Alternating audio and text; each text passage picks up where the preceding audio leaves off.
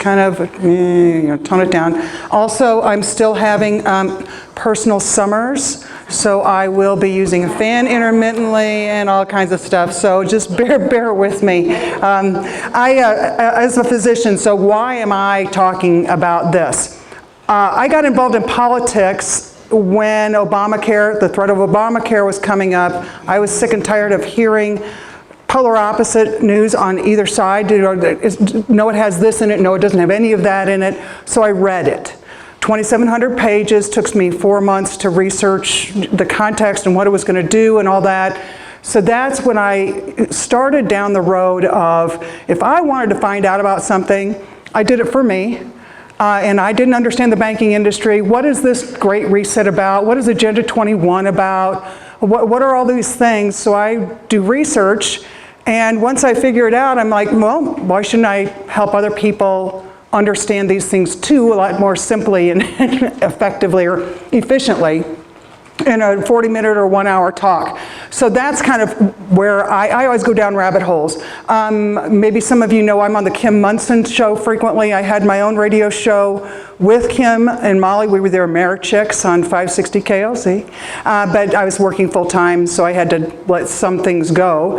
And I've been doing a lot of public speaking around the country, working with congressmen, senators, and I was on a President's Healthcare Roundtable at the White House a couple years ago under the prior president, obviously. Anyway, so that's kind of why I am giving this talk to you today, because it was something I wanted to understand better.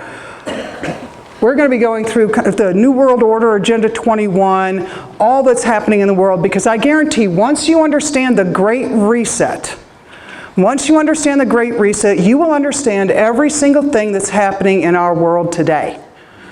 That one issue. And there's a good reason why they make it very complicated and they have all their word salad to explain what they're doing, because they don't want us to really know what they're doing. I have a list of references, so if people are interested in a whole bunch of little videos and things they can read and watch, for more story on that, just contact Sue. Should they contact you, Susan? Yeah, or get it to me. We'll put it on our website. Okay, great. I mean, well, it's a long list of things, but and you can just pick and choose what you want to look up, because I encourage you to do your own research as well. The New World Order, the Great Reset, they're all the same thing. One of their cute little catchphrases for the Great Reset is improving capitalism through government intervention. So obviously they count on not very many people understanding what real capitalism is, and the fact that we haven't had a free market in our country since at least 1960. We probably didn't have one much before that either. So yeah, government intervention doesn't improve capitalism, it destroys capitalism, it interferes with it. This is an important point that you need to understand. Who is behind this? It is the same people over and over and over again. Folks, it is not Democrat versus Republican, white versus black, straight versus LGBTQ. They want us to keep at each other's throats so we don't notice that it's really all of us little peons versus the elites. The elites around the world, and really when you think about it, that's been the story throughout world history. It's always been the elite people, the people in charge, wealthy, powerful, kings, queens, blah, blah, blah, against the little guy. So this is not a new story, it's the same old story. It's always been a few powerful people wanting to control everybody else. Now, this is a window. So how many people have heard of the London School of Economics? Right? It's a very elite school of economics in London, obviously. And like JFK, RFK, name a famous person or politician, and they've probably gone to the London School of Economics at one point or another. The full name of the London School of Economics is the Fabian London School of Economics. This is a stained glass window at the Fabian London School of Economics. And just like my dad would say in front of God and everybody, they've got this huge stained glass window.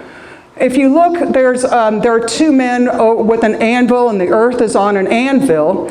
And a gentleman who looks pretty much exactly like Lenin, Vladimir Lenin, even though it wasn't his real name, but anyway, Lenin, holding a sledgehammer ready to pound the earth. Above there it says, remold it nearer to the heart's desire.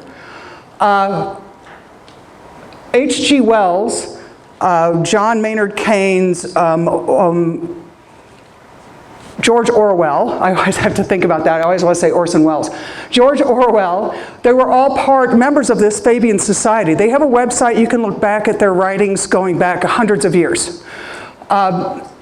H.G. Wells, who wrote the time travel books and stuff, he wrote a book called The Open Conspiracy. You can download it for free online. It's short. It's a guide showing how collectivism, i.e. socialism, communism, can be embedded into society without arousing alarm or serious opposition. In other words, how can they bring on socialism and communism without a French Revolution or a Bolshevik revolution? They're going to do it slowly and stealthily. The new religion, it says the old religions of the world must give way to the new religion of collectivism, i.e. socialism, communism. The new religion should be the state, i.e. the government, and the state should take charge of all human activity. And they always refer to us as just humans and useless eaters, that kind of thing. With, of course, elitists such as the Fabian Society people in charge of all that human activity. Now, if you look above the earth on this stained glass window, there's a little shield or a sigil, and it is a wolf in sheep's clothing. As my dad would say, in front of God and everybody. So you have to understand, these people are rubbing our noses in all of this. So they decided, how are we going to control people in the 21st century? A bunch of them got together from around the world, from 179 countries, signed on to Agenda 21. How many people have heard of Agenda 21? How many people had heard of it in like 2010? Every time you brought it up, were you attacked? Conspiracy theorist? That doesn't exist. That's a fallacy. Well, it took me a while because every time I asked somebody about it, they jumped down my throat, and I didn't realize that it was on the UN website. You can download the entire document of Agenda 21 on the United Nations website. Okay, so it never was a conspiracy theory, but they wanted everybody to think that it was. So a bunch of people met in Rio de Janeiro in 1992 for the world's first Earth Summit, and they came up with this Agenda 21, which is a plan that would be enacted in the 21st century. New World Order, One World Order. George H.W. Bush was the first president to utter those words, along with Hillary Clinton. H.W. Bush was at this meeting. He didn't sign on to the agreement. It's not an official treaty, but he didn't sign on to it. Bill Clinton did when he came into office. 179 countries, 18,000 people. There were a total of 55,000 people in Rio for this meeting. This wasn't a big secret. The Paris Climate Accord came out of this. Agenda 2030 came out of this. So Agenda 21, Agenda 2030, and the Great Reset are all updated iterations of the same plan. What did they decide? They called it an Earth Summit. So they said, what are the problems in the world today? We have inequality, poverty, disease. Of course, yes we do. True. We have climate change. Well, that's debatable, but climate change, and where people are using up the Earth's resources. So the bottom line is that they decided too many people were living in too many places. That was what they decided in Agenda 21. Now, in order to control people, you think about the Fabian Society, right? They want to control us using stealthy methods. So they have to get us to agree to their plan. Whatever they tell us to do, they have to convince us that it is in our best interest. So at this Earth Summit, they decided, let's make the Earth and saving the planet from climate change be the touchstone so that people will allow us to take away their freedoms and their rights in the name of what's best for the planet. You got that? Okay, so now you understand the very basis of how they're doing this, why they're doing it, why they chose the planet. They don't care about the planet. They themselves do not, okay? They just had to find a reason that people would agree with so that we would let them take away a lot of our freedoms. Okay, so at the Earth Summit meeting and in Agenda 21, and there are several follow-up publications. Agenda 21 is like 355 pages. Follow-up publications are like 700 pages. There's one called, let's see here, Global Biodiversity Assessment. That's over 700. That's like 1,100 pages. But in some of these have page number references. Things that are unsustainable, right? So we have sustainable development. So we had, well, what's unsustainable? This is what they say in the world globalist elites, the New World Order people. Ski runs, fish ponds, pastures, golf courses, concrete highways, asphalt, and dams are not sustainable. And by not sustainable, they mean they have to get rid of them. The legal system isn't sustainable because plants and animals aren't represented in our legal system. Private property is not sustainable. You will own nothing and you'll be happy, right? Life of Julia, remember with Obama, the Life of Julia videos? Okay, private property, consumerism. We consume too many goods. We use up too many resources. Suburbs are not sustainable. And look around, there are a bunch of, like BlackRock and some of these huge venture capital groups are buying up suburban homes and renting them out. The family unit is not sustainable. It takes a village to raise a child, right? The family unit is not sustainable. We have to take them away from their home and their parents as quickly as possible. Fossil fuels, obviously we know the attack on fossil fuels are not sustainable, even though if they want to have their green energy in their electric cars, you better have some fossil fuels for backup. Farming is not sustainable. Farming. Now I own farmland in Iowa, and I have a whole talk I could give on farming as well. But what they're doing to farming is unbelievable, folks. And if you ate today, thank a farmer, right? You all understand it here. In the cities, they don't. They don't get it. If you ate today, thank a farmer and a trucker. The biggest thing on page 771 to 773 of the Global Biodiversity Assessment, it says they want to keep the population no more than 1 billion people, preferably 500 million. Did you catch that? This is going to explain a lot. These people aren't stupid. If they seem like they're doing something that's going to kill people, this is kind of what they want to do. There are 7.6 billion people on the planet. How do you think they're going to get down to 1 billion? Okay, anybody say COVID? Okay, this is an important map. This is a map that was generated in like 1992. It's called Simulated Reserve and Corridor System to Protect Biodiversity.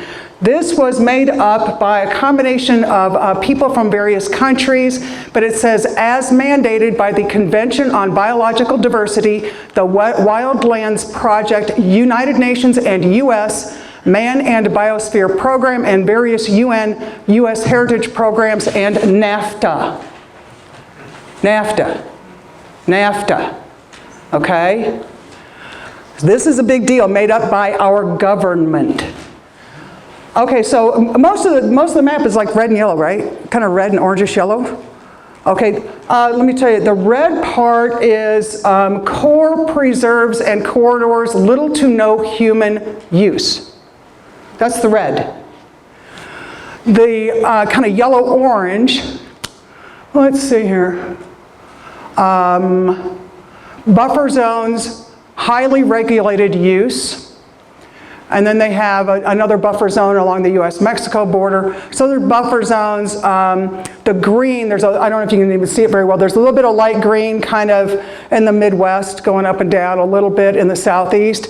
Normal use zones of cooperation. Not just normal use, but there has to be cooperation, of course. So that's the vast majority. So in other words, we're not supposed to be living in most of the country. There are little black dots in like Boston, New York, Philadelphia, Chicago, Atlanta, LA, San Francisco, Detroit. That's where people are allowed to live. All of us are supposed to live not in beautiful wide open spaces. We're supposed to live in habit trails or those Soviet-style housing blocks, right, that are all over the place that government has helped paying for, all the affordable housing. That's where we're supposed to congregate. I use a term a lot, consolidate, control, and destroy. Consolidate the people in one spot, then you can control them, and then do whatever you want with or to them.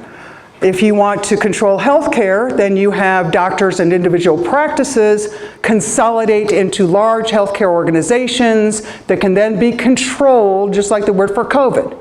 So in farming, huge corporate farming operations are buying up small farms, putting small farmers out of business. They can then be controlled by government regulation, put out of business, whatever, okay? Consolidate, control, and destroy the industry. All right, now we have a timeline here. So Agenda 21 was 1992. In 2015, they signed the updated version, Agenda 2030. That was adopted at the United Nations Sustainable Development Summit. And then in 2019, in October, was a thing called Event 201. This is all the globalist elites met around a big table, and in conference rooms, you can actually watch some of the proceedings, some of the early proceedings on YouTube.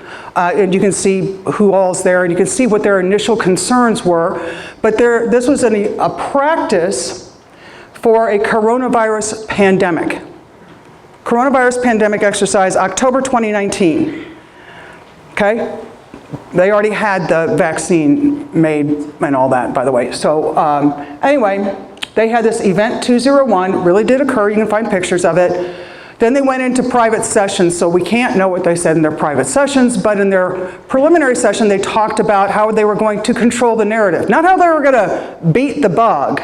How do we control the people? How do we get them to accept the vaccine? How are we going to control misinformation? That was the nature of their exercise. It wasn't how to cure people, how to treat people, how to keep it from spreading.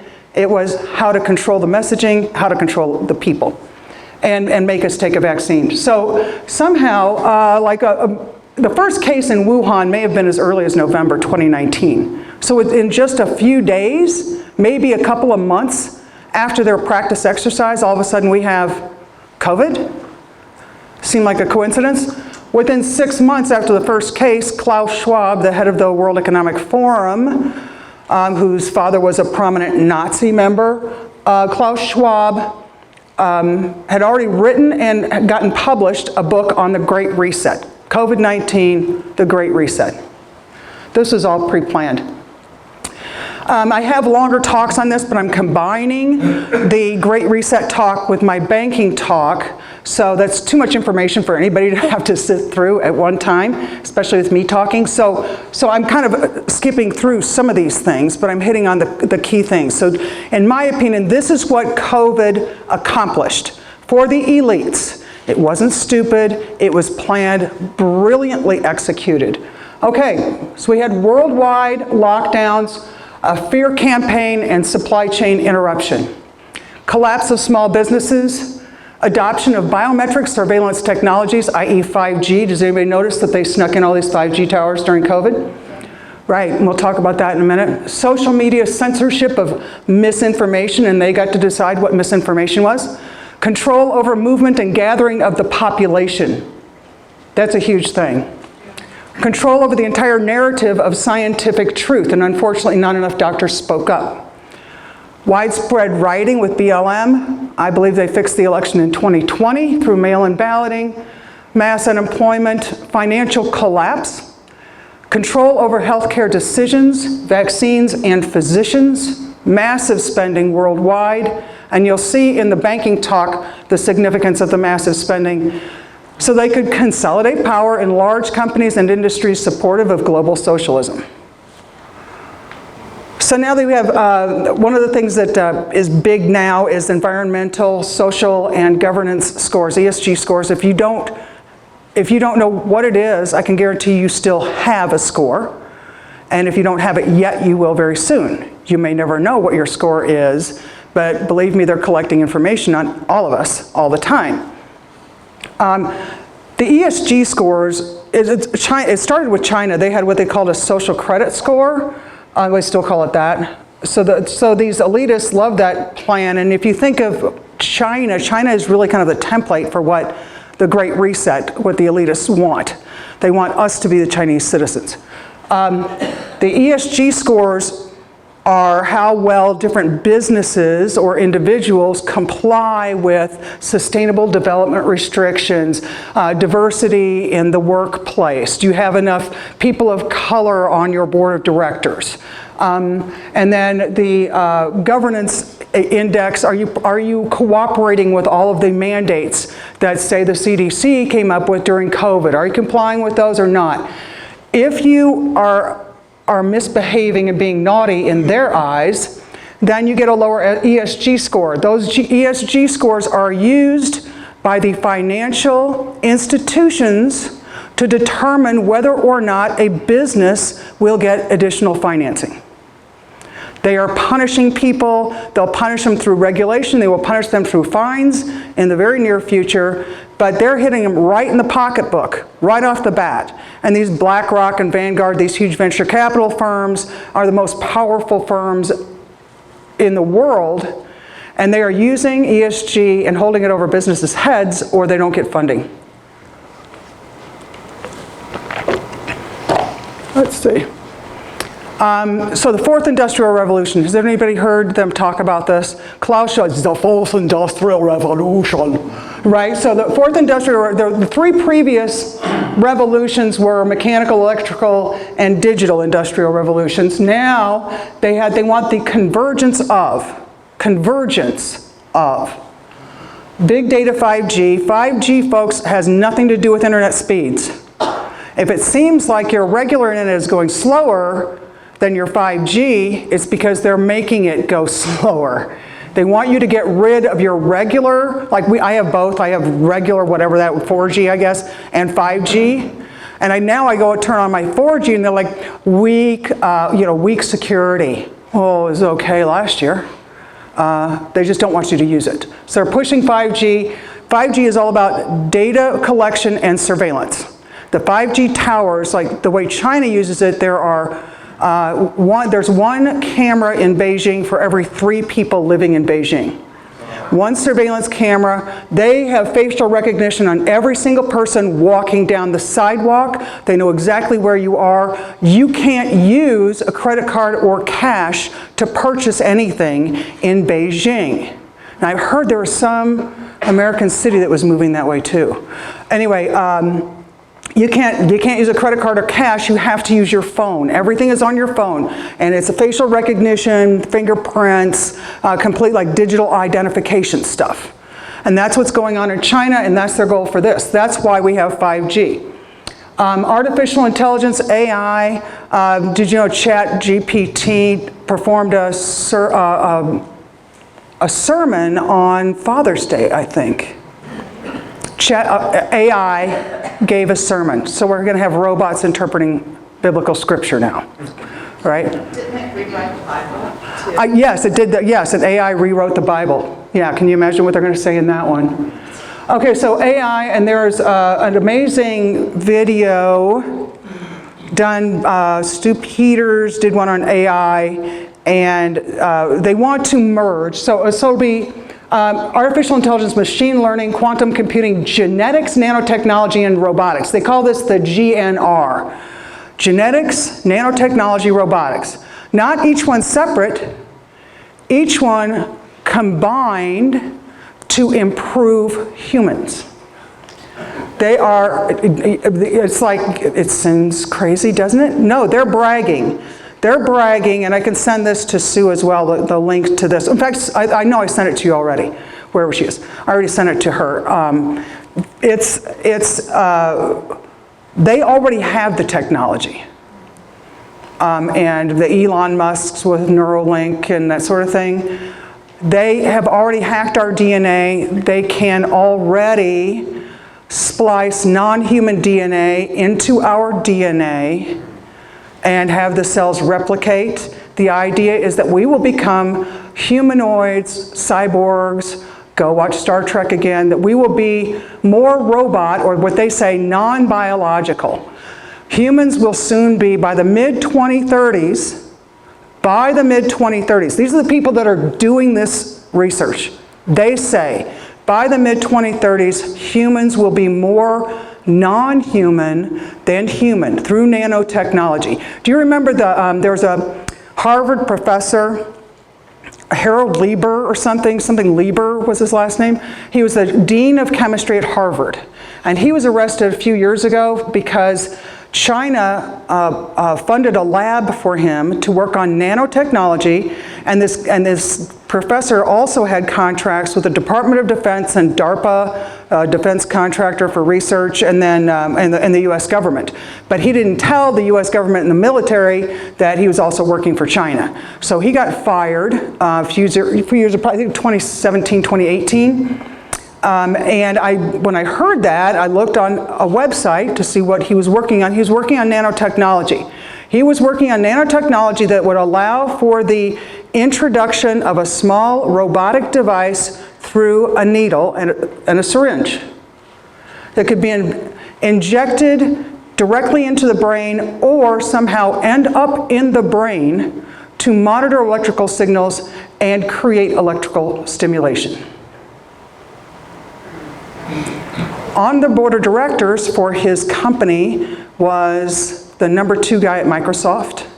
Microsoft has many patents on how to control the way we think, what we look at, what we choose to look at, how much they're going to monitor everything that our eyes perceive, they will register.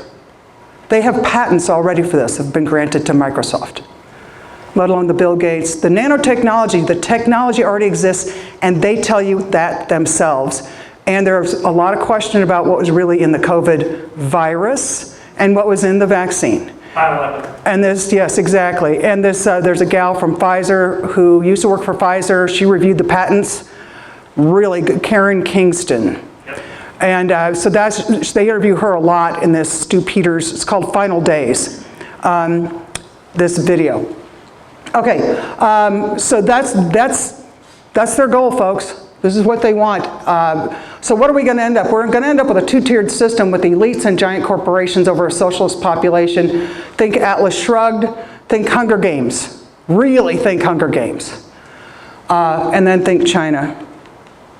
Okay, now we're going to shift gears a little bit. Federal Reserve, World Bank, International Monetary Fund. You didn't think you'd be spending your evening talking about these exciting subjects, right? How did we get here? Where are we headed? Well, it's about time we really started to understand the banking system, because if we did understand, oh, can we do? I just want to go back one slide so I can get a picture of it. Oh, sure. That's okay. There we go. Is that the one? Yeah, got it. Okay, great. It's about time we understood this, because if we had understood the Federal Reserve System, we would never have agreed to a World Bank or an International Monetary Fund, and we would have gotten rid of the Federal Reserve System before it even started. Okay? So in 1913, this is a great book that most people know about. There's always somebody, The Creature from Jekyll Island by G. Edward Griffin. It's a big fat, yes, it's a big fat book, but he tells you how to skip through it and only read the summaries or whatever.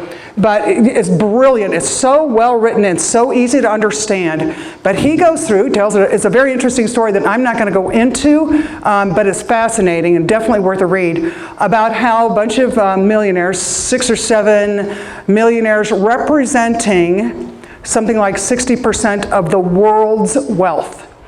So the Federal Reserve System, it's not federal, it's not a reserve, it's technically not really even a part of our government. It's privately owned, and we don't even know who all the owners are. But they set law. We don't even know. Pardon? They set law. Bankers, Federal Reserve regulations, it's law. That they not know. Yeah, we're gonna have questions at the end, but thanks for, yeah, if you just want to shout out something, that's great. So it was bankers from around the world were represented in setting up our Federal Reserve System, right? So that should tell you something right there. So they met in 1910 in secret on Jekyll Island, which is a little island, very exclusive place off the coast of Georgia. The Rothschilds, Paul Warburg was I think he's a German banker, was actually Daddy Warbucks in the Little Orphan Annie cartoons. That was Paul Warburg. And the community chest guy was actually J.P. Morgan. Anyway, they put together the Federal Reserve Act. It was finally passed in 1913 by very nefarious means and some deception. But thanks to good old Congress and politicians that passed. Since it was passed, I guess at the time it was passed, it wasn't that bad. And the bankers looked at what was actually passed in the Federal Reserve Act and said, this isn't what we wanted. They said, don't worry, we'll change it, we'll fix it later. And it has been amended over 100 times. What else happened in 1913? Federal income tax. These had to go hand in hand, and I'll show you why in just a minute. You couldn't have the Federal Reserve Act behave or operate the way that these bankers wanted it to for very long without taxing the population. Okay, so this, bear with me, but this was the best representation of how this works. Okay, so let's see here. I don't want to fall down, but we got the government that always spends more money than it has, right? So the government, let's say they pass a $1 trillion infrastructure bill. They go to the U.S. Treasury and say, Janet Yellen, the U.S. Treasury Secretary, we come up with that money, we need $1 trillion. The Treasury prints up Treasury bonds. They're all different kinds. But we're just going to say they print up a Treasury bond, which is just an IOU. So they print up these IOUs. Then the IOUs are purchased by big banks. Not the Federal Reserve directly. That's purchased by big banks like J.P. Morgan, Goldman Sachs, Wells Fargo. They're like of the biggest banks. And at each step, the guy in the black, that represents the big banks. At each step, these guys are taking like 3 or 6 or 2% cut. So they're making billions and billions of dollars every time government passes any legislation.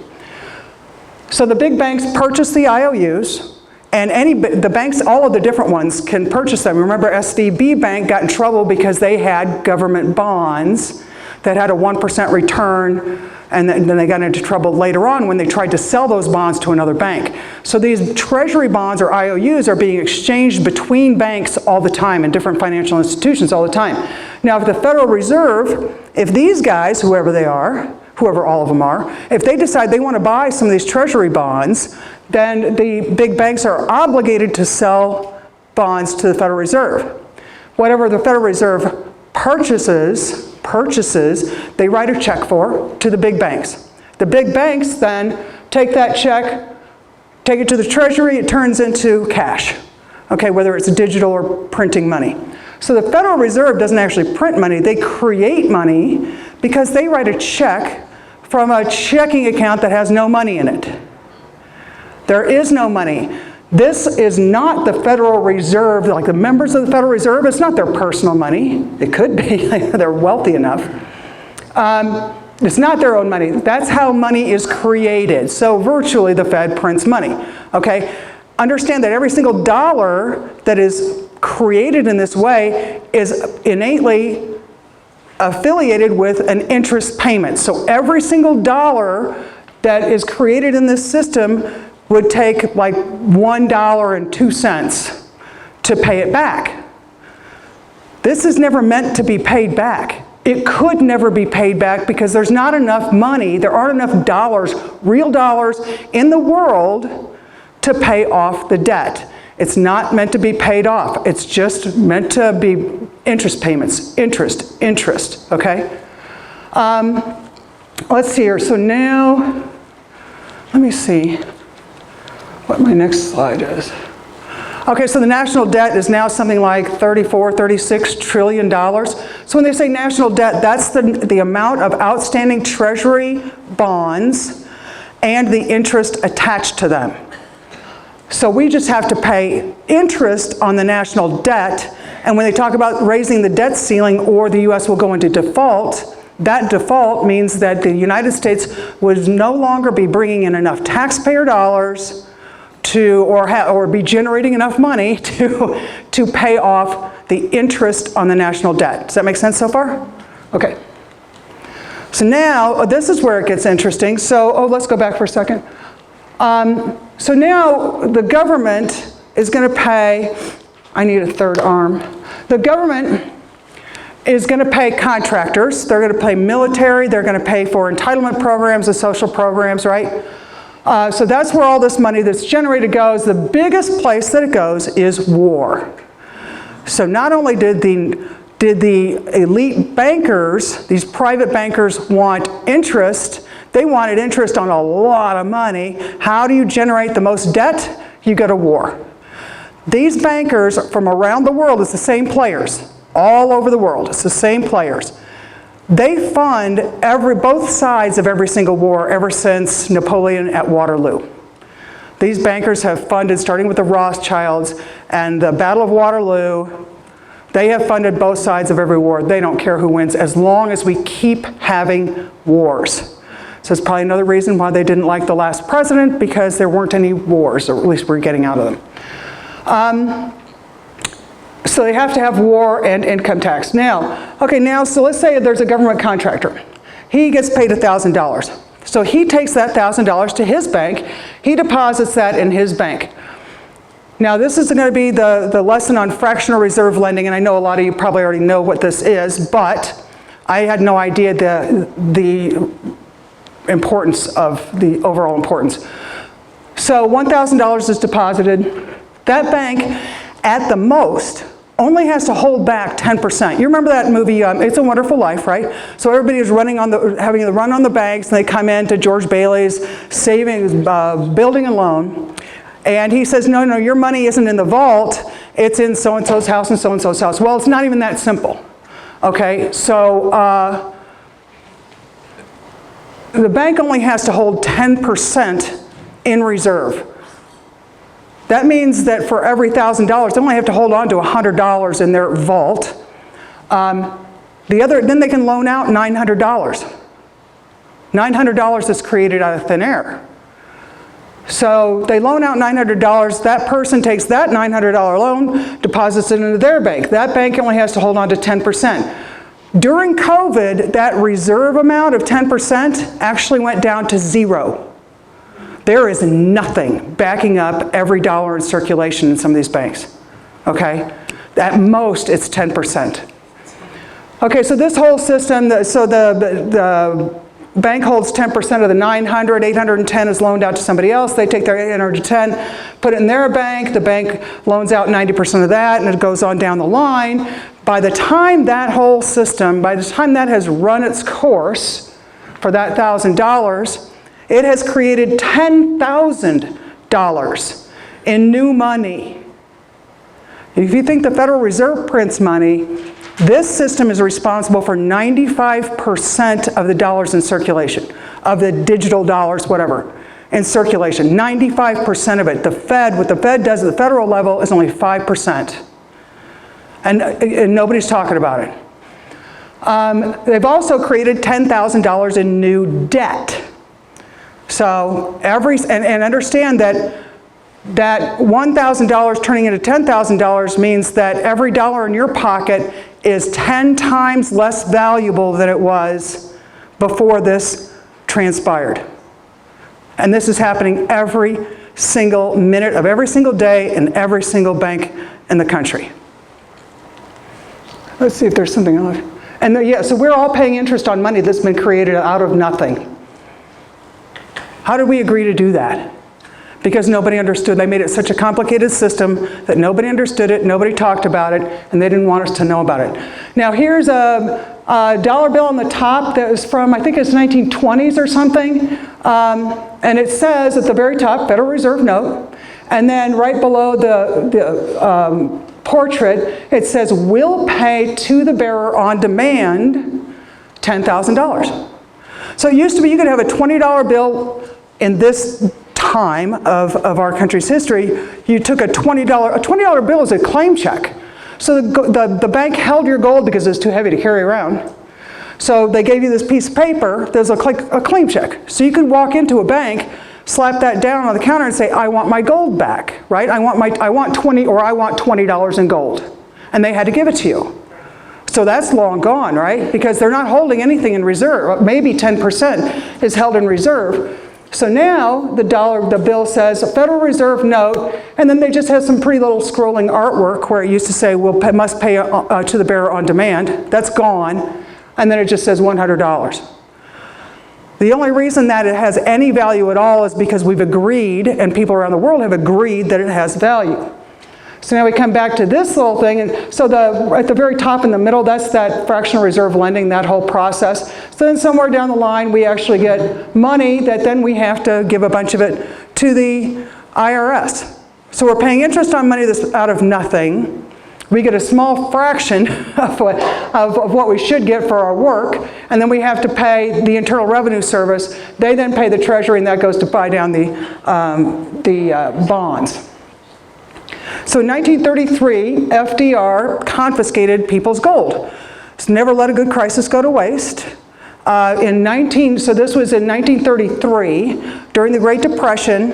A bunch of people had dollar bills, but they were hanging onto their gold, and that was a terrible thing, of course. People are hoarding their gold. Imagine that. So FDR didn't go through Congress, wrote an executive order confiscating people's gold. It says all persons are required to deliver on or before May 1933 all gold coin, gold bullion, and gold certificates now owned by them to the Federal Reserve. To a bank, branch, or agency, or any member of the Federal Reserve System. There's a criminal penalties for violation of this executive order, $10,000 fine or 10 years imprisonment, or both. Okay? This is frightening that this was allowed to even happen. Congress should have and could have done something about this, and there wasn't even, to my knowledge, there wasn't even a constitutional challenge. Bretton Woods meeting, let's see here, yes. So, and I'm kind of skipping around a little bit from my full extended talk, so bear with me. Bretton Woods, when they talk about the Bretton Woods system, Bretton Woods, New Hampshire was a place where all these rich people gathered, and again, 1944, never let a good crisis go to waste, everybody's distracted by World War II. So these guys all meet in 1944. Before this, up to this point, when Hitler was threatening Europe, the European countries like Britain and France and so forth were afraid that if Hitler were successful in overrunning these countries, that he would find their gold and confiscate their gold, and then he would be able to pay for whatever war he wanted. So they sent England and France and I can't remember who else, Spain or something, a bunch of countries sent their gold by flotilla to the United States, stored in Fort Knox. So the United States had everybody's gold in safekeeping. And they issued US dollars to these countries as a claim check, right? Kind of a claim check, even though the fractional reserve stuff had started by then. So let's see here, I don't need that. The United States had all this gold in Fort Knox, and the United States was also supplying these European countries food, ammunition, weaponry, clothing, textiles, that sort of thing, during the war. So we were actually making a lot of money off of these other countries during the war, and we had their gold. So at this meeting, they decided, well, let's make the U.S. dollar the world currency, so that, and that means the world international currency. When they say that the United States dollar may die as the world currency now, yes, but it was being upheld because every country would have to change their currency into U.S. dollars in order to trade with another country. So every transaction between countries had to occur in US dollars. So then the country getting those US dollars would change those US dollars back into their own currency and so forth. Okay, so that's the US dollar as the world currency. That's what that means. Everybody got that? All right, that happened at this meeting in Bretton Woods. They also wanted to start taking the United States out of prominence and get us off the gold standard. Well, guess who was there? The Fabian Society, Okay, the stained glass window guys. They were all over the place at this meeting, including John Maynard Keynes. How many people took Econ 101 in college? I can about guarantee you that your textbook was written by John Maynard Keynes. And we're going to talk about what that economic theory is. There are two economic theories. One is the capitalism like the Austrian, and then there's Keynesian economics. Okay, let's see. The World Bank, at that Bretton Woods meeting, they also established the World Bank and International Monetary Fund. The Federal Reserve System had worked so well for these bankers in the United States, let's expand that to the world, which is what they did. So this is a way to keep everybody at war, keep everybody paying interest because of their wars, and talk everybody into having social programs and with single-payer health care so that they have to keep borrowing money for that, right, and keep paying interest to these private bankers. And the International Monetary Fund set the exchange rates between countries, essentially. This is what Keynesian economics is. Let me tell you, tell me if this sounds familiar. Government should run the economy, right? Government spending stimulates the economy. And the way, you'd heard Nancy Pelosi say this a million times, we need to stimulate the economy so the government has to spend money. It's like they're just reading this straight from the textbook. The reason they claim that it stimulates the economy is because once they start that fractional reserve lending ball rolling, a bunch of cash flows into the system, and initially it seems like we're all wealthier. My house is worth more. No, your house isn't worth any more. Your dollar is worth less. Okay, so it stimulates the economy for a very brief moment, and then inflation hits.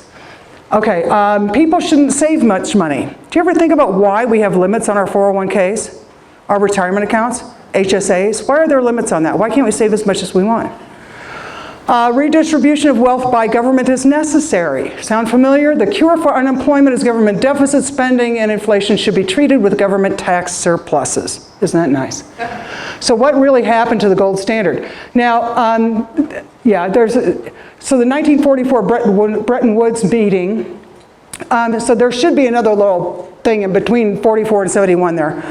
In 1959, so the United States had all of this gold, and the European countries, everybody around the world was using the US dollar for currency. So President de Gaulle in France looks around and says, wow, I'm seeing a lot of dollars flying around. You sure you guys have enough gold to back this up? I kind of don't think you do. We want our gold back. So the United States and several countries followed suit. The United States had to start sending the gold from Fort Knox back to all these countries, including Germany, where we had found a big stash of their gold. Okay, so now Fort Knox is being emptied a lot of gold. There has not been an audit of the gold in Fort Knox since something like 1960.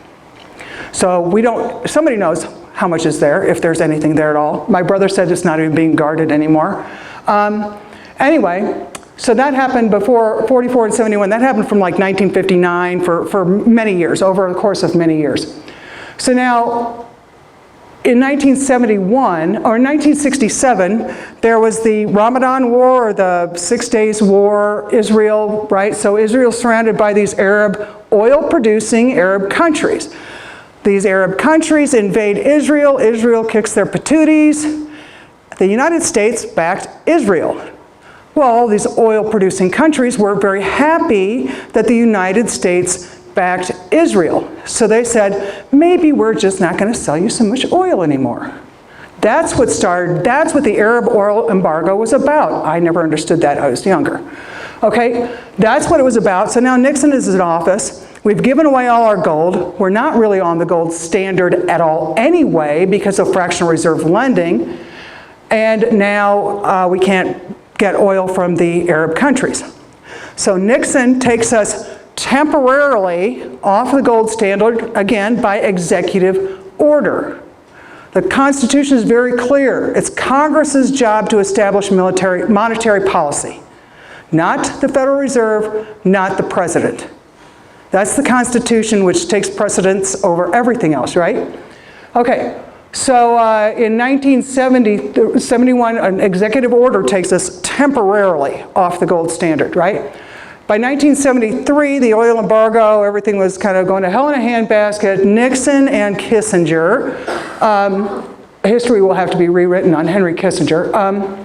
They go over to Saudi Arabia and they said, listen, if you'll sell us oil, let's make a deal with you. If you'll sell us oil, we will give you military protection. Protection militarily in perpetuity if you keep selling us oil, but we also want you to require that all oil purchases from any country in the world be done in US dollars. So if you've heard the term petrodollar, that's what that means. It's not a different currency or anything, it's just the requirement, and all the other OPEC countries agreed with that, and then it kind of went worldwide. All oil purchases internationally had to be done in US dollars. So now we have two things that are artificially propping up the US dollar. It's the international world currency, so everybody has to have it and trade in it. And it's also the only currency that can be used to purchase oil. You with me so far? So it's being artificially propped up by those two things. Now, if you look in 1970, this, I don't show graphs very often, but this is like an exponential curve that began in 1970 when we went off the gold standard. This was government spending. Once we went off the gold standard, government spending went sky high, which increased inflation. At the same time, over that same period of time, from 1900 down to 2010, this is just from 2000 to 2010, the value of the US dollar lost 95% of its value, and that was just 2010. And since, think about all the spending since 2010, right? It's been like 3 times. So we're probably close to, we've lost 99% of our purchasing power of the dollar compared to 1900, just because of this whole process. So what are the real goals of the Federal Reserve? They want to solidify power of the member banks, the big banks, the New York banks, while minimizing growth and power of smaller banks. They got to put small banks out of business. The Great Depression did a wonderful job of that for the big banks, of getting rid of smaller banks. Well, wish me luck. Okay. They need to maximize debt and therefore their own wealth. They need to maximize control over governments and people. And they need to minimize the risk to the cartel members. And we'll talk about the FDIC in a few minutes, taxpayer bailouts. The banks can do basically whatever they want, and we're on the hook for it. They're not. They take very little risk. In fact, did you know that banks will short the stock of other banks and try to put their other banks out of business? And then when the stock plummets, they'll buy that bank at a decreased price? I had no idea that went on. That's foul. Anyway, let's see. So John Maynard Keynes said it himself of this wonderful system that he and the Fabian Society set up. By this means, government may secretly and unobserved, right, wolf in sheep's clothing, secretly and unobserved confiscate the wealth of the people, and not one man in a million would detect the theft. Is some of this like news to you? Is this new information? Which is, a lot of it was to me. And it's really sad that most of us didn't, I don't think most of us understood this. Nathan Rothschild in England said, "I care not what puppet is placed upon the throne of England to rule the empire on which the sun never sets. The man who controls Britain's money supply controls the British Empire, and I control the British money supply." That's the mindset for these lovely people. Okay, so BRICS. You've heard of BRICS and SWIFT. Okay, BRICS is B-R-I-C-S. Right now it's Brazil, Russia, India, China, and South Africa. Those 5 countries, which is an unusual combination of countries, isn't it? Okay, so these 5 countries are negotiating, in fact they already have, negotiated with the OPEC countries, and Russia signed a military protection agreement with Saudi Arabia, just like Kissinger and Nixon signed in '73. So Russia and Saudi Arabia have a military agreement as long as Saudi Arabia will agree to use either gold-backed currency from one of the BRICS countries or gold itself to purchase oil, to make oil transactions.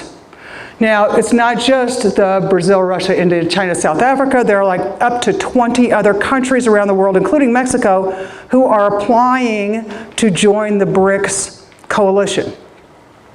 One thing I didn't understand very well, and I don't think a lot of people do, the SWIFT system, since the US dollar was the international currency, you had to have a system by which people could rapidly exchange whatever their country's currency was into US dollars for the international transaction.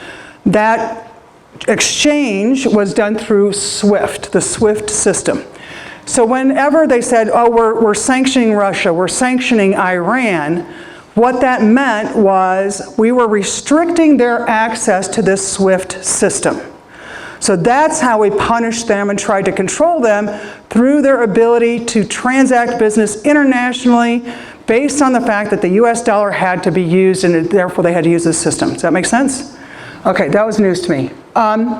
Now, we've got the petrodollar going away because now China was using the rupee, the ruble, gold, the yen, the yuan, all of these different currencies can now be used to purchase oil. And that's going to expand massively if 20 more countries join in.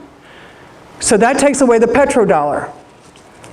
Once you take away the petrodollar, the SWIFT system is in great danger, plus you've decreased the value of the US dollar is so puny now that it's no longer going to be required for international transactions because you've got this BRICS system.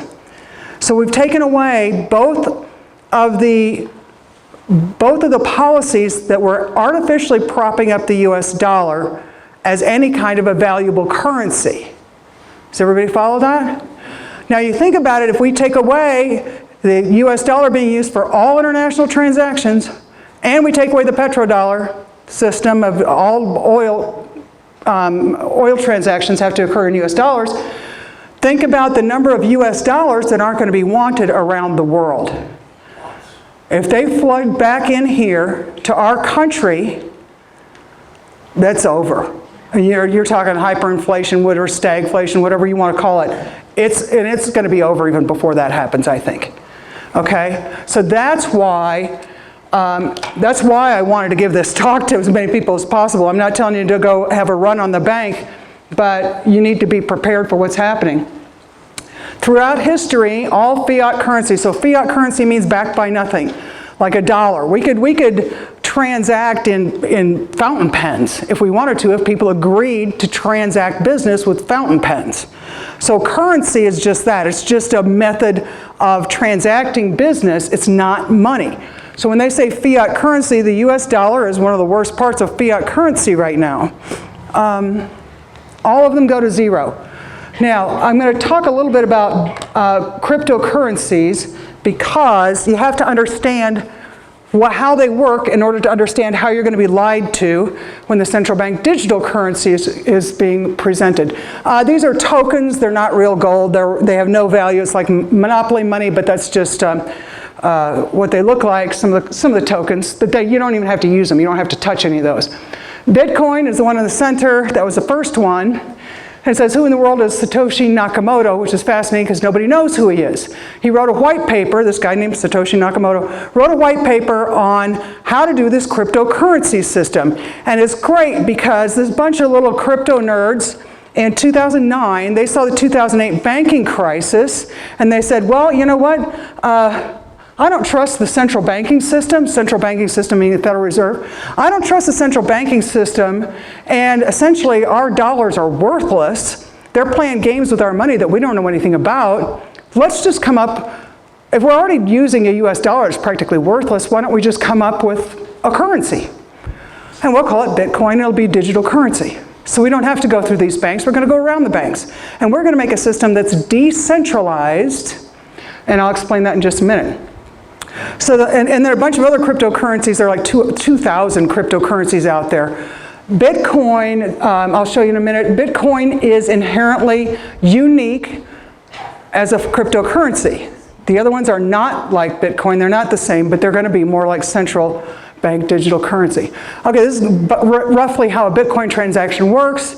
So I want to buy this lady's lovely purse. So we both have Bitcoin. Bitcoin, you are your own banker. You never work with a bank. The only time you approach a bank is to exchange US dollars for your Bitcoin. And the Bitcoin can be in fractions of like, a hundredth or a thousandth of a coin. There will only ever be 21 million Bitcoins. This is only Bitcoin. There will only be 21 million ever in circulation, ever created. And they're getting close to that number now. They're in circulation anyway. So your phone is like Beijing. Your phone is your bank. Your account number is a highly complex encrypted number. That's your wallet. You are your own banker, period. Everything's in your phone. If you lose your phone and you don't have that number and your account number anywhere, then you've just lost all your Bitcoin. If the internet goes down from an EMP or somebody takes down the internet, you don't have access to your Bitcoin. And whether or not you'll get access later on when it comes back up, who knows. But if there's an electromagnetic pulse, that kind of thing, your Bitcoin is, all your cryptocurrency is going to be gone.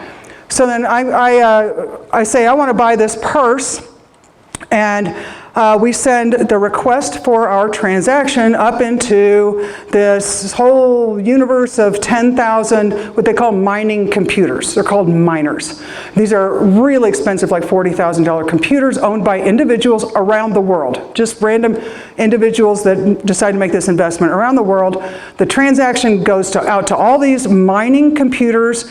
There's some mathematical complication or problem that has to be solved, blah, blah, blah. So the first computer to validate the transaction and say, yes, I am me, this is my account number, I have this much Bitcoin in my account, yes, she has an account, this is her number, blah, blah, blah. We validate the transaction. Once that validation, so that's a decentralized portion of it, is where it goes up into all of these mining computers, complete decentralization. And then they validate the transaction. Then that transaction becomes a link, and every transaction becomes another link in a chain. A segment of transactions is called a block of the chain. So when you hear blockchain technology, all cryptocurrencies, including the new central bank digital currency that they're going to come out with, they will have the blockchain part of it, but they will not have the decentralized transaction validation. That's unique to Bitcoin.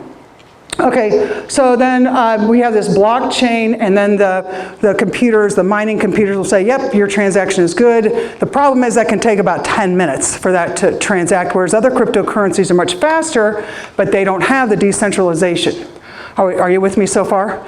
Now, one important thing if you have cryptocurrency or are thinking about investing in it, you need to know that all the other cryptocurrencies are now considered securities, because I think they have to have some central bank or something backing them up or something. I'm not sure how that works. Or they're exchanges or something. But the government has decided that there are now securities. So what can they do if they call these securities? Regulate them. Put them out of business. They want to take down all cryptocurrencies. They've tried. They've almost taken down Bitcoin a couple of times. They've hacked into it. Anyway, the government agencies want all cryptocurrencies to go away. It's going to be hardest for them to get rid of Bitcoin because of the technology. Okay, so now we have central bank digital currency, CBDC. They eventually want to go to World Bank digital currency. So this is going to be like the Chinese system, or like cryptocurrency. You have stuff on your wallet. You will have a digital ID that will have not just your account information. It will have your medical history. It will have your purchasing history. It will have chips. It will be programmable so that the government, whoever's in charge, will be able to say, you know what, you bought enough meat at the grocery store last week. You can't buy any more. Okay, we didn't like what you said in your blog on the internet the other day, so we're freezing your account. Remember the Canadian truckers, right? Okay, this is their control, their ultimate control of us. We will have to use their central bank digital currency. We will have to they'll use ESG scores for each of us individually to determine whether we've been naughty or nice and how much freedom we will have in our purchases. Now, I'm going to read from Revelation 13, chapter 16 and 17. And they're talking about the beast in Revelation. And he causes all, the small and the great and the rich and the poor and the free men and the slaves to be given a mark on their right hand or on their forehead. And he provides that no one will be able to buy or sell except the one who has the mark, either the name of the beast or the number of his name. Your digital ID, in my opinion, is going to be just like the mark of the beast. You will have to use that to buy or sell anything. If you get a government check, it will be in CBDCs. If you are paid by your employer, they will force the employers to use CBDCs. Just think about how they handled COVID. That was just a trial. So Bitcoin is, the individual owns their own wallet. You are your own banker. There's complete privacy through complex encryption. All transactions are verified in a secure, decentralized fashion. And you have the freedom to purchase whatever you like, whenever you like, from whomever you like, around the world. CBDCs, the central bank, Federal Reserve, World Bank, whatever, stores your currency, You'll have to have a digital ID, which will contain a large amount of your private data. And there are some really good, quick YouTube videos on digital ID. Transactions are centrally verified and logged. The government or the bank could limit the transactions. Okay, now how could they achieve forcing us to do CBDCs? It's the same thing, consolidate, control, destroy. So consolidate and control, small community banks start going under because of nefarious dealings and failure of the US dollar, runs on the banks because the US dollar fails, right? So you see it's a simple scenario that is practically inevitable in my opinion. So those small banks can be purchased, either they go out of business completely or they will be purchased by larger banks. So that's the consolidation process. All it takes is one of these large banks, too big to fail, right? One of these large banks to go down. The Federal Deposit Insurance Corporation is insurance paid for by the banks. Premiums are paid by the member banks, and the credit unions have the NCUA. Anyway, so we know what happened with SVB, but the FDIC only insures deposits up to 0.03% of all deposits are insured by the FDIC. I mean, they say, member FDIC insured, but the FDIC only has enough money to cover 0.03% of deposits. Now, would you insure 0.03% of your house? Probably not. That wouldn't be very smart, would it? Especially since we just had the tornado yesterday through our house, or through our property. Anyway, so these large banks go down. The FDIC, they run out of money at $256 billion. They could not even afford to bail out all of the deposits at the SVB bank. Not that they should have had to, because they were over $250,000, but, okay, the FDIC wouldn't have even been able to insure one bank. They don't tell you that, unfortunately. So now you can imagine the Federal Reserve can purchase whatever banks they want. They can even do it with our money. Okay, private bankers could purchase them, the government could purchase them, and all of a sudden in a very short period of time, if you think about the 2008 crisis, once it started to go, it went worldwide. Okay, it's not hard to see how quickly this could happen, and all of a sudden the Fed says, congratulations, your money's safe with us. Or, you know, we're going to pay you 30 cents on the dollar like old man Potter, right, and It's a Wonderful Life. But your money's safe with us, but don't worry, we're just transferring it over to this cryptocurrency. You're going to love it. You're going to love it. You just do everything on your phone. All you have to do is get this digital ID. And by the way, this transition is happening really fast. Now, did you know that this is all being orchestrated through the United Nations and the International Monetary Fund via the Bank for International Settlement, BIS. They have a date for completion of all countries to have CBDC system in place by 2026. How far away is that? 2.5 years. 2.5 years. How many people knew that this was the plan? Not enough, right? Why aren't they telling us anything? Because they know how we would respond to it, right? You're gonna love it. Right? Well, if they really thought we were going to love it, I mean, I can tell you the younger generation is going to think it's wonderful. And there are enough people that are going to say, oh yeah, it's just like that cryptocurrency thing. No, it isn't. It isn't. It's the polar opposite of cryptocurrency. The only thing that's the same is that it's a digital transaction. Okay? And I can see Congress even agreeing to a CBDC, although they wouldn't even need to, because look at all the monetary policy that's done without Congress being involved whatsoever, which is completely unconstitutional. So if you wanted to completely replace the current system that you had created with a new system, what would you do? You had to have a crisis, right? Natural or orchestrated. Think about COVID. Natural or orchestrated, you want to devalue the currency? They've done. Minimize the options for the average person. No safe investments. Check. Confiscate gold? Possibly. They could still do that. Every country in the world is buying up gold like crazy. Do we want to ruin farmers, right? Interrupt the supply chain. They're ruining farmers through decreasing their availability to credit through ESGs, animal diseases, which are already happening, commodity prices, destroy small business, supply chain disruption, check, check, check. Control communications, media information censorship, check, check, check. Create fear, desperation, starvation, financial panic, wouldn't take long. People will now accept anything offered to them. Call to action. Okay, learn all you can about the banking system and how it works. If you can get me to speak somewhere, make sure the roads are clear. I'm happy to drive up here.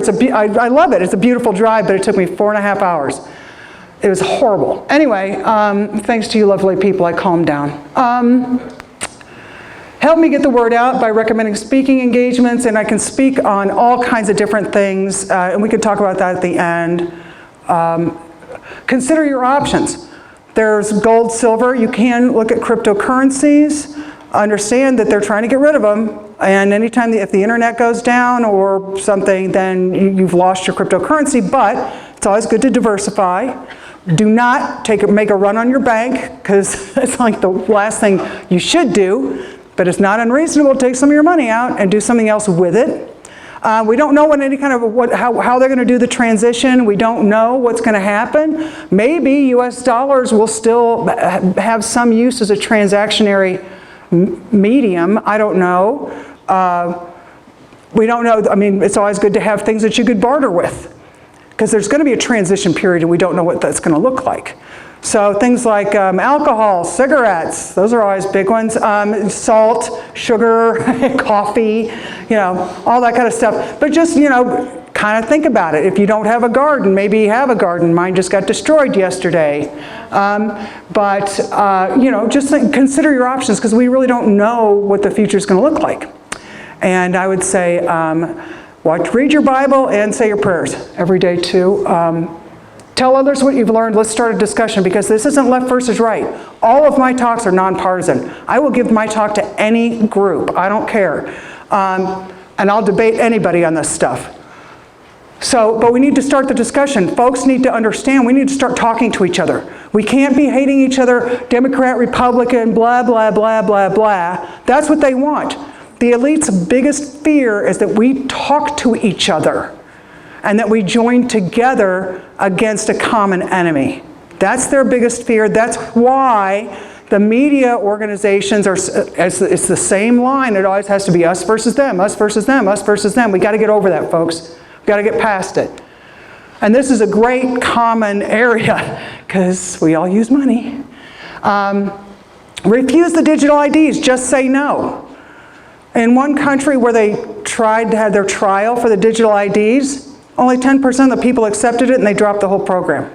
Not to say that these people are very persuasive and driven to achieve their goals, and they're brilliant about how they do it, but just say no. Think of the COVID vaccine. Why don't we have vaccine passports right now? Because 30% of the world said, no, I'm not getting that vaccine. I'm not saying that anybody who got it is stupid or anything else. I mean, they're very difficult decisions. This is going to be more difficult than that, folks. But we have to pick a team. We have to stand up and say, no, we're not doing it. The only reason they could even get as far with the COVID vaccine is because they picked people off one by one. They picked the doctors off one by one. If we stand up and as a unified group, left and right together, they can't make this happen. Okay? So let's learn a lesson from COVID. Yeah, if nobody complies, they can't control us. Alrighty, now, questions or comments? I suppose I'm going to call to action. Well, those are the things that we can do, but since I don't have my glasses on, I thought I'd take a picture. Yeah. It sounds almost like, well, there's nothing we can do, but I know there is. So what, buy farmland, get self-sufficient, all good stuff, or what? Right. I would say diversify as much as possible. I can't tell you what to do with your money. The bottom line is, the more I look at all this, I'm not sure what we can do to stop it because it is so far advanced.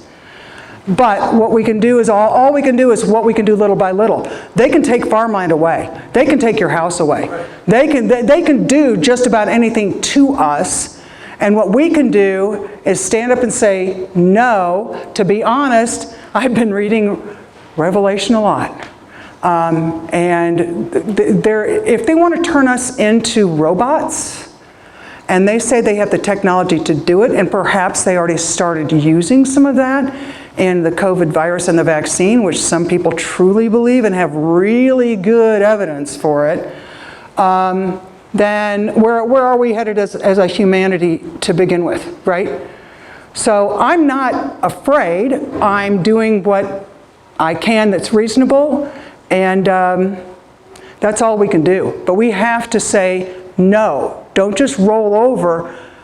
Go down swinging.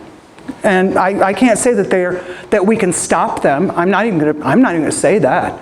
I kind of don't think we can.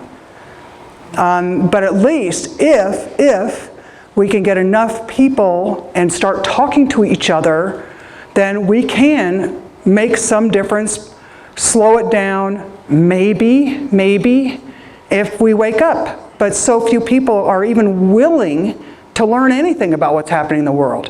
Yeah, things are a little bit messed up, but we got soccer this weekend, so I just don't do politics. Like I'm above you. I'm more virtuous than you because you get all that dirty politics stuff. Well, you know what? Sorry, sweetheart, but you're part of my problem right now. But we just have to open up and start talking to her. It's easy enough to start talking about the U.S. dollar. People don't understand what's happening with that thing, and that's a no-brainer. Everybody cares about that. In the back. I can talk about that. I was listening to a panel that they were giving in Congress, and they testified before Congress. They said that it would happen in July. Oh, that's the FedNow system. So the Federal Reserve on their website, it's called FedNow. Excuse me, I have allergies too. It's called FedNow, and it's a rapid payment system for like IRS and government transactions and stuff. So they're kind of easing it in that way, and they're going to say, "Don't worry, it's just like this. We've already had that. You've been working with that." It's just their toe dipping their toe into the pool. Yeah, but that's the FedNow that's starting in May and July, but it's going to be a precursor to the CBDCs. Yeah, thank you. Sir. I have the microphone, so I guess I get to talk now. So I first want to say thank you. Great job. You've got your facts down. You did your homework. Awesome. Thank you for being here. Thanks. But. Well, I'm curious to get your opinion on something. You kind of touched upon it where a lot of countries are buying gold, and some of the countries have decided that they're going to start commodities in gold. And some people have noticed that the gold has been being kept down. What I would consider to be through, their means of keeping it repressed. And so at some point, the top of it is going to come off of that. And so I'd just be curious if that's, truly being held down on purpose. Yeah, I heard that too, and I thank you for bringing that up a lot, because there are a lot of, some of the guys that deal in gold and gold storage, and that's their business, they said, gold should be much higher based on the low value of the US dollar. Gold should be at a much higher rate, and if all these countries are purchasing gold, so some of these like Robert Kiyosaki and some of them are saying they're artificially holding, whoever sets the commodity prices for gold and silver are keeping those prices artificially low until all the banks and all the countries secure their own gold position, right? So until they buy all that they want, then they'll release the price and it's going to go sky high. So that by the time most people have any idea what's going on and say, oh God, now I need gold and silver, they won't even be able to purchase it, let alone get it. And I can tell you that I have been purchasing some gold and silver, and the silver is getting increasingly difficult for them to get into the coin stores. It takes longer, you have less selection, and so forth. So if you're going to buy gold and silver, I would do it now. I mean, like do it now, because it's only going to get more difficult. Do you agree? Yeah. Okay, great. Yes, sir. Yeah, question and a comment. If the confiscated gold, if FDR confiscated gold back then, and they say, hey, we're confiscating gold now, my answer would be, no, I'm not going to do it. So what would your answer be on that? And then you mentioned, you used the phrase fossil fuels. I talked to some politicians, I talked to some other people, and influencers and whatnot. I said, we need to take that away from the left and not use fossil fuels, use organic fuels, because they want us to think of decaying vegetation, dead dinosaurs, filth, it's polluting, it's terrible, but organic fuel is positive, it's healthy, it's sustainable, it's much better. So if we can all start saying organic fuels for coal, oil, and gas, and get rid of that fossil fuels or use organic fuels, we can start taking things away from them. And then it would be, on another, it wouldn't be gender affirming, it would be gender destroying. We have to turn the narrative around every single place that they do it. And Right. the two that we can start with. Right. And What about the gold? yeah, so I would say, I'm going to take your second point first, and that was wonderful, because I would say whatever catchphrases you hear on either side, don't ever use those words. Don't ever use those catchphrases, because it automatically tells them exactly how you feel, what news station you watch, and all this other garbage. And so you've already broken down the communication. Say, do you really think it's right for somebody to, do you really think that a boy can have a baby? Yeah, I mean, just, you don't have to jump right down their throat as if I'm right and you're wrong. That's absolutely the wrong way to do it. You find what you have in common. Do you really think government does a good job spending our money? They're all going to say no. Do you trust Congress? Hell no. Right? Don't say, what do you think about Biden? Wasn't he an idiot? I mean, that's stupid. Okay, but you got to find a common ground where they have to say, they have to agree with you. And then you take it little baby steps. What do you think about this? Because I was kind of wondering, do you know more about this? Can you tell me something about this? Because this is what I heard, right? Share some information, make it simple. Now the gold stuff, yes, years ago, whenever, the gold, they started pushing all the gold line and, Oxford Gold Group and all that. And I think, maybe I should. So I call them and I said, well, FDR confiscated the gold in '33, right? And they said, yeah. So what would keep them from doing that again? Well, actually nothing. They could do it again. Now, numismatic, the collectible coins, it's like collecting artwork, but you pay a whole lot more for 1 ounce of gold if it's a collectible coin, and you're not going to want to go buy groceries with a collectible gold coin that you spent $4,000 for when the spot price was $2,000, right? So, assuming you don't want to do numismatic, the reasons to buy gold are hedge against inflation, collection, and transactions. And if you want transactional money, then you're going to want silver, something less valuable than an ounce of gold at $2,000. I mean, groceries could get that expensive, but you'll be more likely to be able to transact business for your daily needs if you have a 1 ounce silver coin, right? So there's kind of transactional money versus collectible money versus buying it as a hedge against inflation. So any of the hedge against inflation and transactional are either one of those can go hand in hand. But yes, they can confiscate the gold. You could try not to, but let's face it, they know so much about us at this point. And sometimes if you spend less than $10,000 in cash when you buy your gold or silver, then it's not registered with the government. So that's probably the best way to do it because there's no paper trail. The other thing, but you can write a check for any amount of money and it's not registered with the government. Why? Because they can find out where you wrote the check. Right. So you wrote, so you were down at Rocky Mountain Coin the other day, eh? And you spent this much money and I know what you did, hand it over. Right? And you can, all the stuff that you do online, guess what? They know exactly what you've got. If you have a gold IRA, they know exactly what you got and they've already got it, technically. They already got their hands on it. It's not going to be hard. If it's in a bank or storage facility, it's easy enough for them to go after those. So it's not to say don't do anything. I mean, but if you feel helpless, join the club, right? We let a lot happen without even knowing about it or paying attention. So I think a lot of that's on our generation's shoulders, and it's our generation that has to try and fix it. Sir? Just to add to this whole conversation right here, you mentioned bartering, and I personally believe that there's going to be a lot of that in the future, and we need to think outside the box. There's lots of different stuff we can barter with.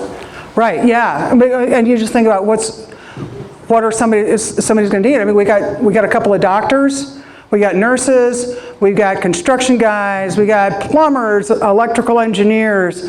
I mean, think about what talents you have and how you could contribute to a community of people. Because we're not going to go through this individually.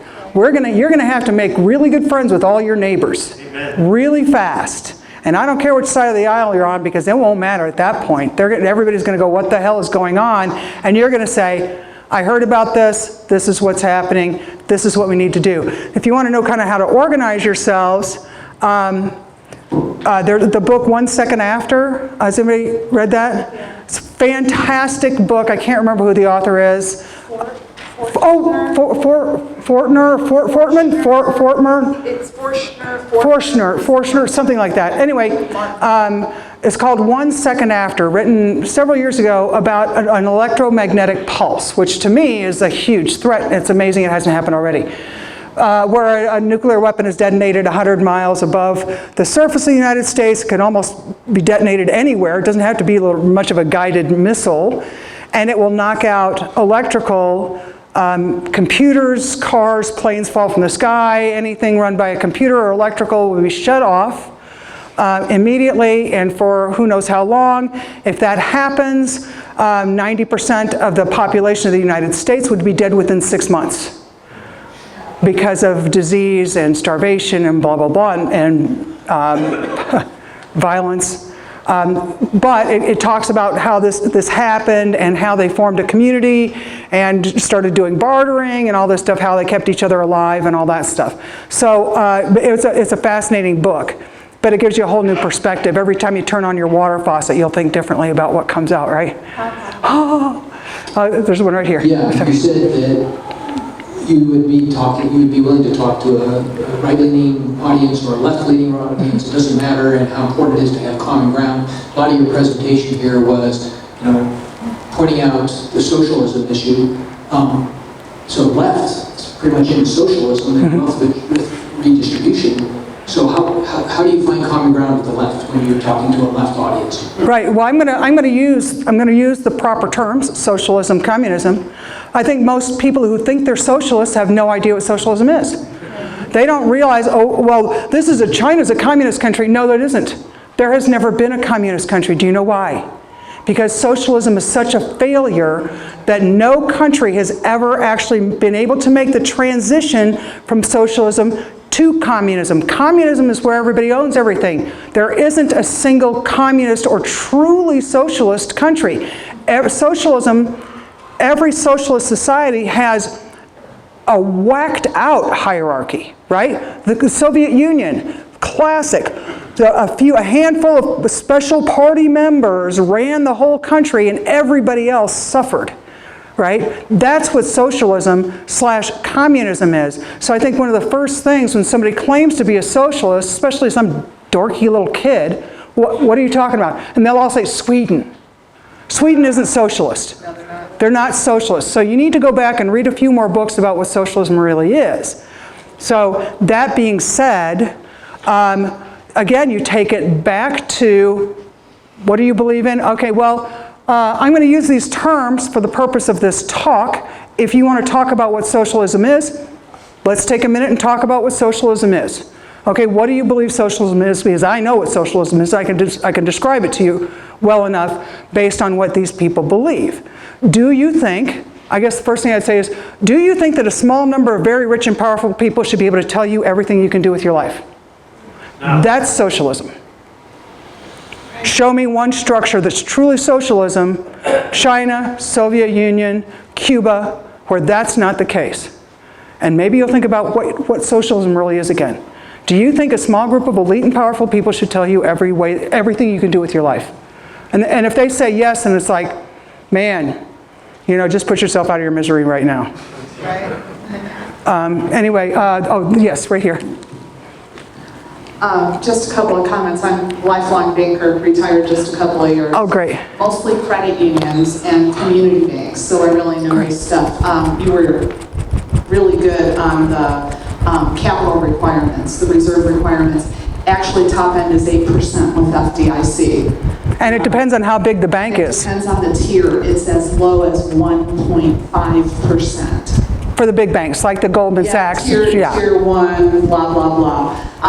If you can understand it and read it on their website, it's all out there. But basically, they're not reserving anything.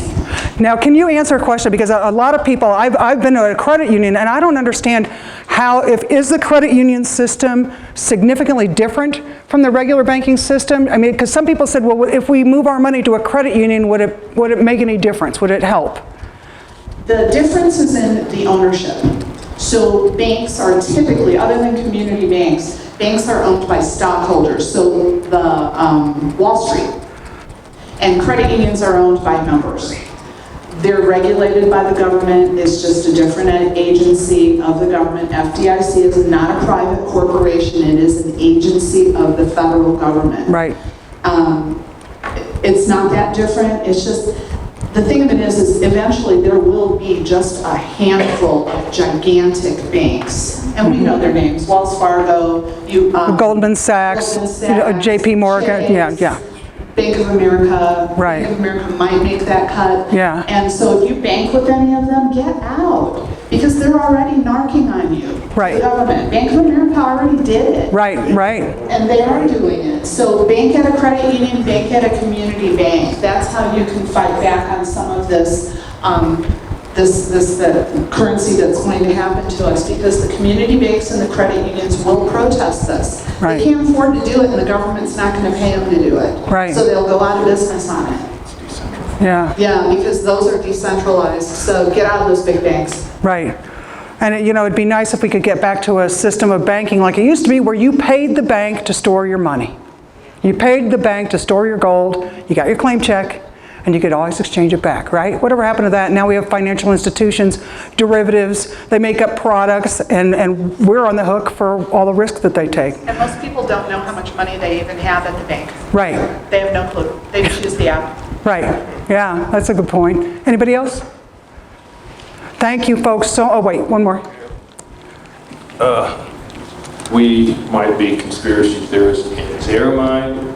We have to tell them they are propaganda junkies. Anything mainstream media, so they are propaganda junkies. Just throw that back in their face. I don't think that would soften the interaction, but but yeah, it's kind of like, do you believe everything somebody tells you? Do you believe what you're hearing on the news all the time? Do you really? Yeah.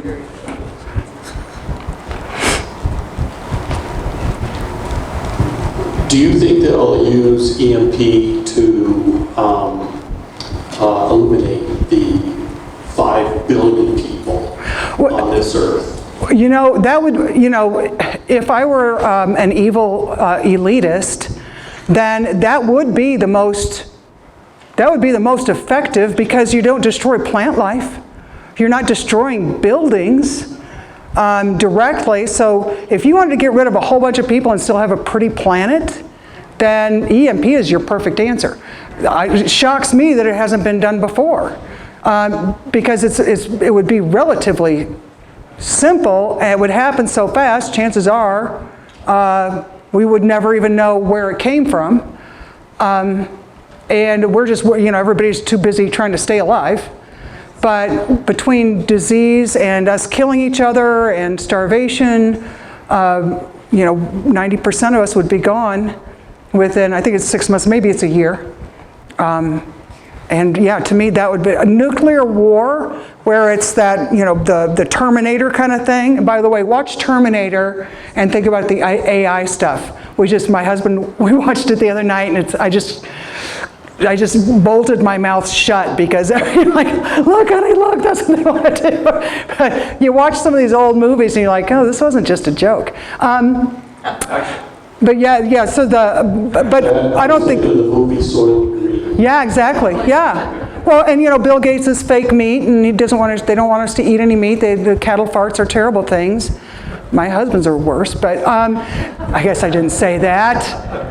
But no, I'm just kidding. It's the big corporate farming problem, you know, that caused that kind of a stinky issue. But what else was I going to say about, the EMP, the nuclear war, where it's really devastation and they're exploding nuclear bombs. To me, that doesn't seem like a realistic thing that they would want if they want all of this open space and all that. You know what I mean? It doesn't make any sense to go that far when you can do the job and still have a beautiful planet, right? What about a neutron bomb? I mean, that would people much faster, or would it have more effect on livestock? I don't know anything about neutron bombs, so I can't. You found something I don't know about. I've heard of them, but I don't know how that would work. I believe that would just radiation. But it wouldn't do anything to the building. Well, it depends on what kind of radiation it is, I guess, as to whether it would infect any future plants or soils or stuff like that. I'm not sure how that works. Yeah. As a radiologist, we understand radiation damage. Yes, sir. Hey, Doctor, great presentation. Really appreciate you being here. For folks that don't know, I'll just read just briefly. U.S. Senators Christine Sinema, an independent from Arizona, and Cynthia Lummis, Republican of Wyoming, have introduced Senate Bill 884, also known as the Improving Digital Identity Act of 2023. The bill was introduced on March 21st and ordered to proceed out of committee on March 29th without amendments and with favorable recommendations. So I don't know where that bill stands, but there's your digital ID, right, sponsored by our U.S. Senator Cynthia Lummis. Right. Well, and let's face it. Yeah. So and the politicians sponsor it, but guess who writes it? You know, the military. DARPA has already worked on, and they call it an authentication device to be under your skin and your forearm, and in some other country they brag about their digital ID being in their right hand or their forehead. I mean, really? Revelation 13:16. So, the U.S. military, DARPA, is funding the research. They're the ones doing the research for this. So I just, it's kind of disheartening when you realize that your own government has been working against you as a human being for a long time. Okay, thanks, folks. Are we done? Oh, we got one more? Didn't the Nazis do that to the Jews during World War II? A number on their arm? Right, exactly. The bark, yeah, the Jews had that number tattooed on their arm. It's the same thing. And honestly, the connections with the Nazi Party and a lot of these people in the World Economic Forum and so forth, the connections are kind of surprising how much stuff comes out of Germany. And then you look at the Azov Battalion in Ukraine and the Nazis. It's kind of like too many coincidences, in my opinion. Anyway, but thank you so much, folks. Did you have something else you wanted to say, Sue? Yeah, thank you. Thank you.